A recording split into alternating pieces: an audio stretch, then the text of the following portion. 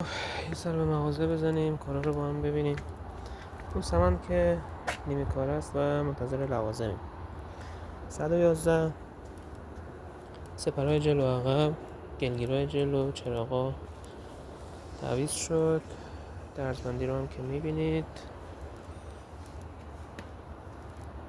آماده تحویل به مالک محترم. این پراید قرار سینی شاستیش عوض بشه. مطلقات اینجاشو باز کردیم، داشبوردش هم باز کردیم.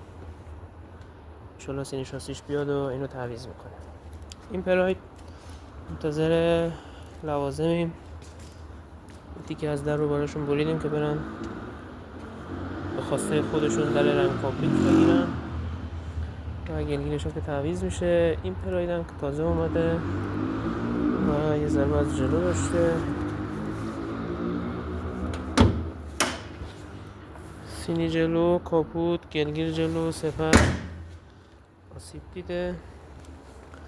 زانتی ها رو هم که فعلا خوابوندیم تا لوازمش بیاد و کوچولوی کره‌ای هم که مشغول جوشکاری شیم.